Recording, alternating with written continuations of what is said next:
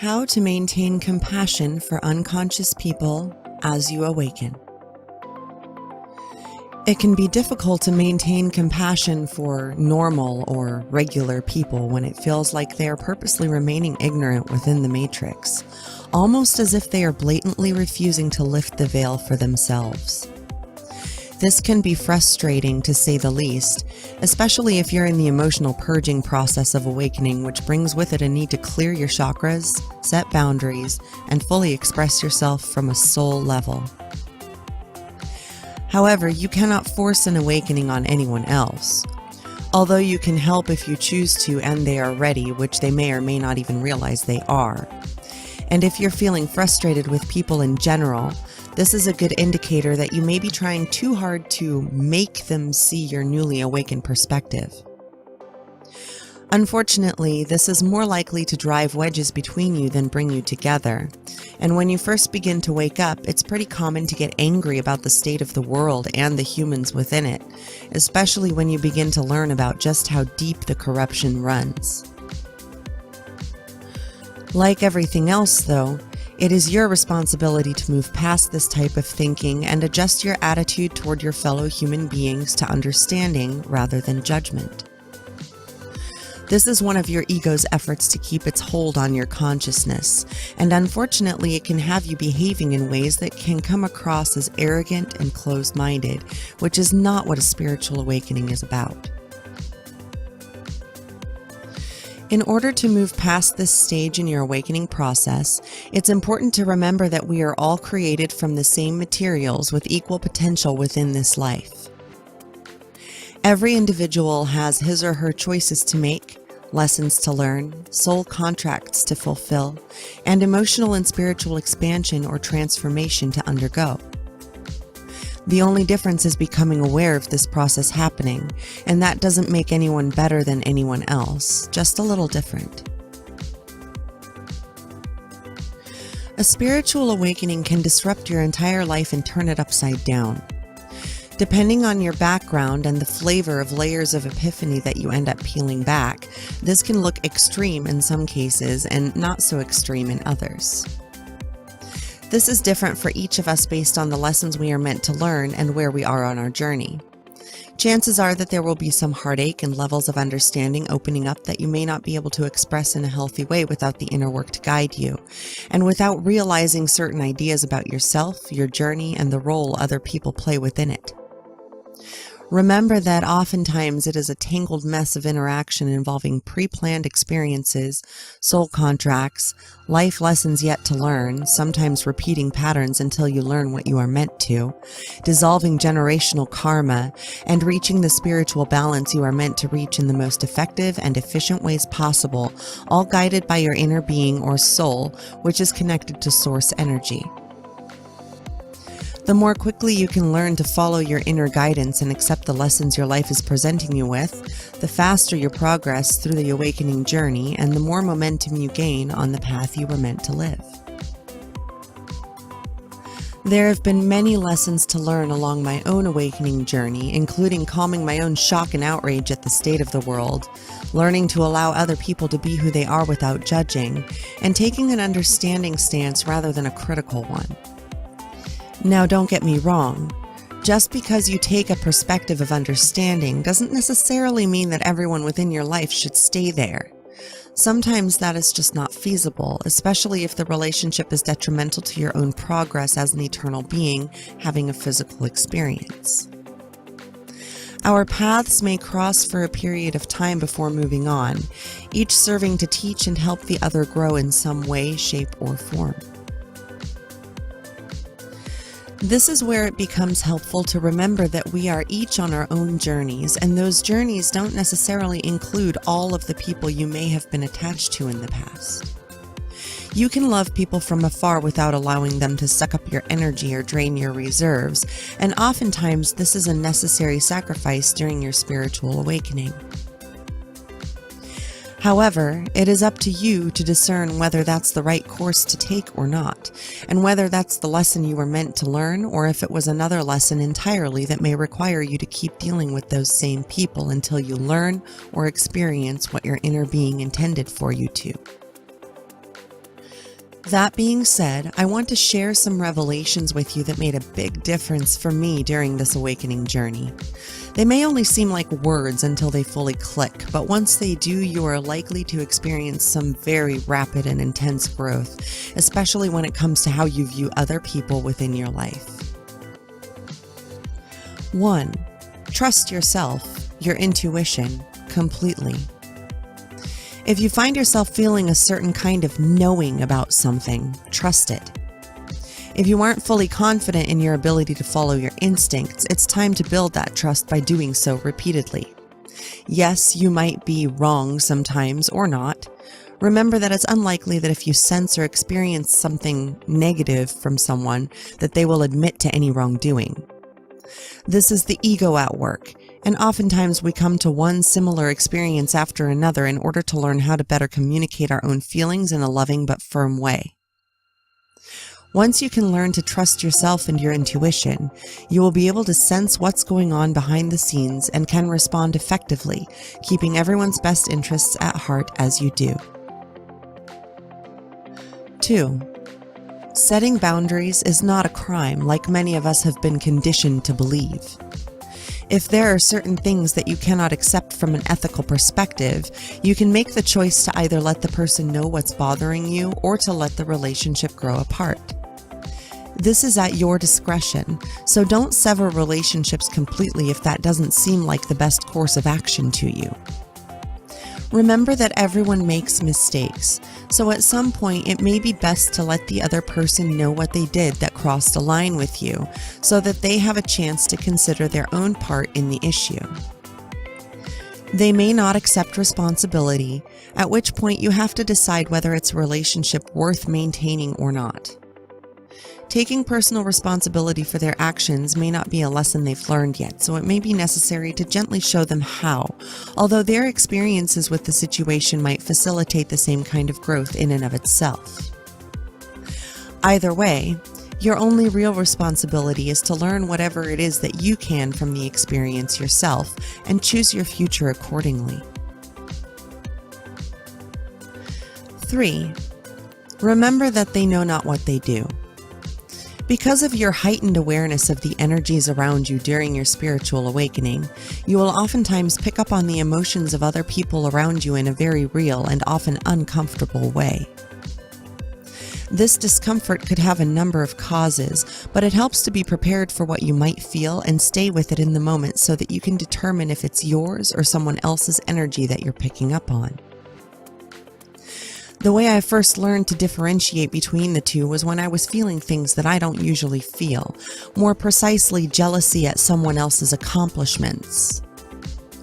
This is completely uncharacteristic of me, and I was the one who had accomplished something, so I knew that this emotional energy wasn't coming from me, but rather from another person. Unfortunately, this went against what I believe true love and friendship to be at its core. Friends should be happy for and supportive of each other, not jealous of the other's achievements that they worked hard for. So it changed my perception of the person in that particular relationship, as well as of myself.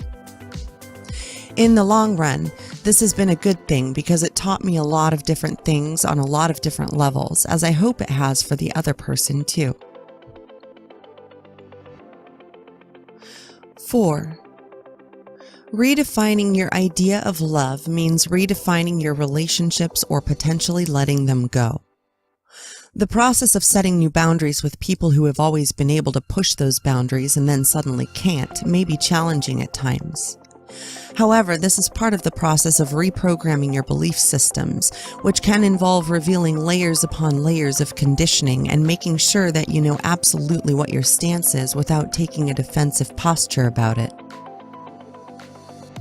When you begin to realize what you know is not loving and what you know is, you can better set these boundaries and work on the relationships that you feel are reciprocal and not expend your time or energy on those relationships that are draining you or making you feel taken advantage of.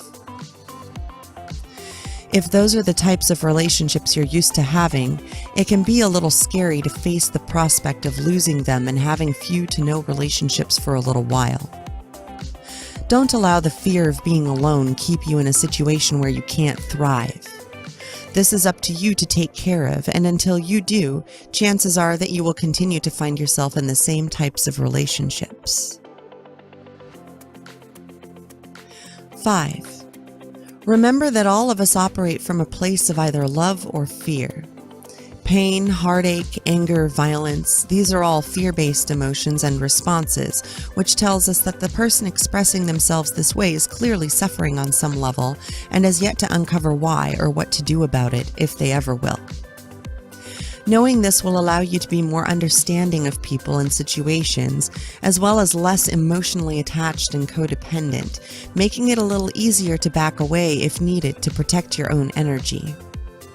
Remember, their emotional baggage isn't your problem, and you don't need to add to yours by remaining in a toxic situation or environment, or by giving it so much of your energy.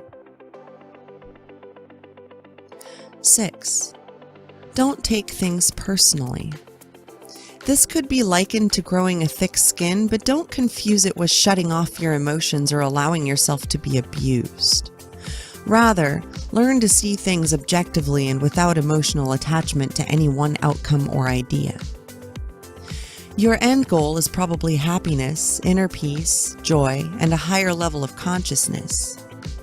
With this in mind, realize that we can only steady our so-called wobble, credit to Abraham Hicks, by slowing our reactions to thoughtful responses and not allowing ourselves to get swept away by passionate emotions. Of course, we still feel those very same passionate emotions. However, we no longer feel the need to act on them without prior consideration. 7. Whether they intend to or not, many unconscious people end up pushing your buttons in one way or another. Sometimes it's something benign and silly, but other times it can be traumatic, as in the case of dealing with individuals who have narcissistic or another type of personality disorder. You may be able to feel their energy and recognize them as energy vampires who feed on drama, pain, and confusion, and will play games with your emotions to continue this vicious cycle. The less you feed into their dramas, the less momentum a situation will pick up, and the happier you keep yourself and your energetic frequency. This plays back into not taking things personally, because the less emotional attachment you have to what others think of you, the less power they have over you and your responses. 8. You are not who they tell you to be, nor are you who they tell you that you are. The only person who can define who you are is you, in cooperation with your soul or inner being. You know yourself better than anyone else knows you, and don't let them tell you otherwise. Oftentimes we grow up hearing our parents tell us, "I know what's best for you," or "I know you better than you know yourself," which implies that we are incapable of knowing who we truly are, and the only way we hold any value is by serving those who tell us who we are and what to do, because they know what's best and we take those words as truth, until we don't. This is part of the conditioning that keeps people trapped in the matrix and this dysfunctional system in which everything has such stark contrast. If we could somehow lessen the extremity of this contrast, we could be very close to heaven on earth, and I believe that those polar energies are going to meet very soon. The lessons we are meant to learn are being taught on a micro and macro scale, and we shall soon see how all of this energetic stuff plays out. In the meantime, remember that we are all on this journey together, and that adding to the negative collective energies is not the way for us to move forward. When dealing with unconscious people, see them through a lens of understanding and compassion rather than judgment and subsequent assumption. Not only will this help to avoid petty misunderstandings and heal you and anyone else involved, but it will also help in healing the collective energies, in turn raising the vibration of the planet. You will also avoid creating self-fulfilling prophecies within your physical experience, which in turn leads you to more and more positive manifestations and fewer negative ones. No matter where you are on your awakening journey, remember that your interactions with others are one way in which you can help to raise the vibrations of the planet as a whole.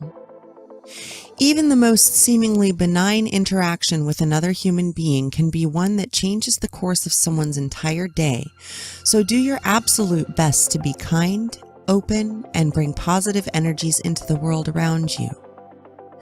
These energies are infectious and can cause a ripple effect of kind deeds and words, making many people experience better days than before. You never know what someone might be going through, so compassion is always your best bet, even if the person may seem like a jerk or whatever other snap judgments come to mind. It's important to know that having snap judgments about people is a natural and normal process to experience.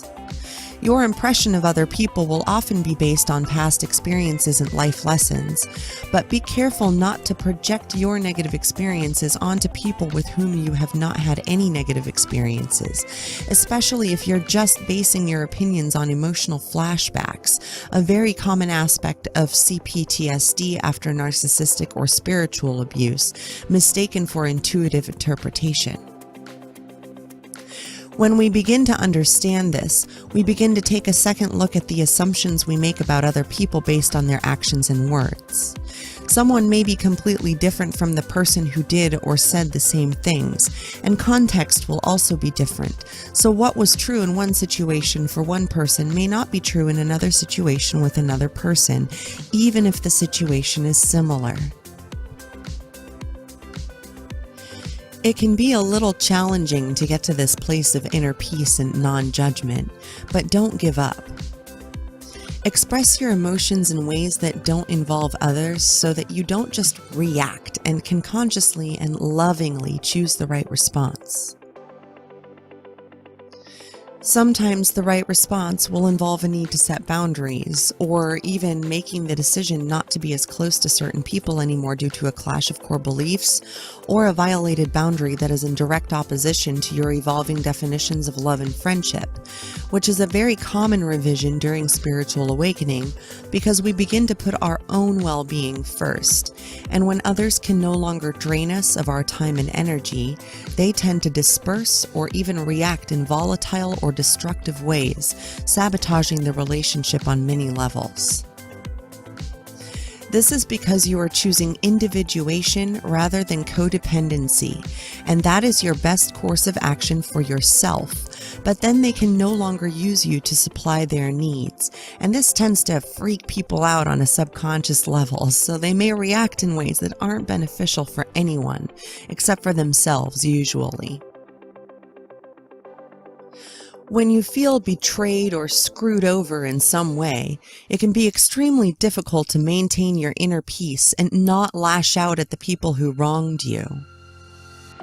However, lashing out is a form of resistance, and what you resist will always persist. If you're experiencing anything like this, take a few steps back and distance yourself from the problem for a little while. Once you do that, you will be able to gain some perspective and come up with much more positive and mutually beneficial solutions as needed. Remember that everything is energy first, and your emotional state plays a very important part in the physical manifestation of your life. So yes, while others might call you selfish for focusing on your own life and your own needs, that is their take on a situation that they do not have all of the information for because they are not you, so don't worry about it. They are entitled to their opinion and you are entitled to yours, but you shouldn't let someone else's opinion deter you from your life's purpose or mission. Be yourself, truly. Connect with your spirit, your inner being, your soul. Trust your intuition and remember that you are the only person who is with you for your entire life. No one else. So why allow anyone else's junk to define any part of you? It just doesn't make sense to do that. You are a unique, beautiful, and amazing individual with your own perfectly divine soul, connected to Source, connected to everything else, with the exact life experiences that you need in order to learn everything you must learn. It all happens in divine timing, and oftentimes you cannot see the bigger picture until well after the experience, but it all comes together exactly the way it must for your unique perspective's ideal understanding of each circumstance and for your soul's evolution. The underlying energetic system that is existence is so perfect, so incredible, and so well created that we are all participants, whether we participate consciously or just run on autopilot. Either way, it is absolutely perfect.